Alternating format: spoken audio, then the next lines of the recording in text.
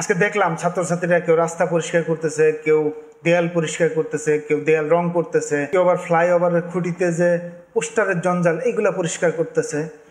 কথা হচ্ছে তারা এগুলো কেন করতেছে? এগুলো কি তাদের কাজ? না, এগুলো তাদের কাজ না, এবং এগুলো তারা সারা জীবন করবেও না। এগুলো করে তারা আমাদেরকে মেসেজ দিচ্ছে যে তারা চায় তাদের দেশটা এরকম পরিষ্কার, এরকম সুন্দর থাকবে।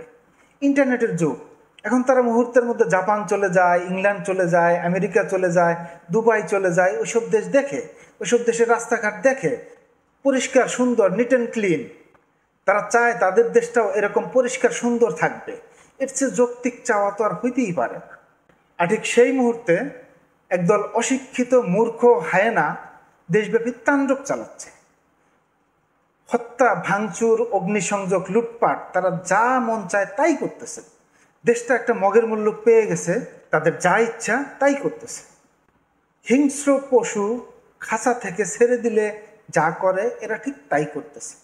অন্যদিকে রাজনৈতিক দলগুলো মাঠ ফাঁকা পেয়ে মিছিল মিটিং করে যাচ্ছে, বাঘের মতো গর্জন করতেছে।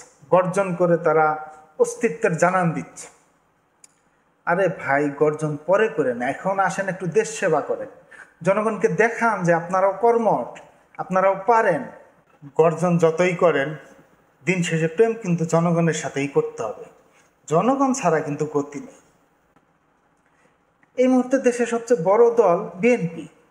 আমি বুঝলাম না, দেশে যখন ছাপাই অভিযান চলতেছে তখন বিএনপি কি ঘোষণা দিতে পারতো না যে দেশে যত ফ্লাইওভার আছে এগুলো পরিষ্কার করা এবং পরিষ্কার রাখা আমাদের দায়িত্ব। দেশের যত ট্রাফিক পয়েন্ট আছে সেখানে ছাত্রদল, যুবদল দায়িত্ব পালন করবে। এরকম আরো 2-4টা এজেন্ডা বের করে আপনারা তো ঘোষণা দিতে পারতেন। তাহলে তো আমরা বুঝতাম যে না, আপনারাও করতে চান। আমি বুঝলাম না আপনারা জনগণের সাথে প্রেম করবেন কিভাবে।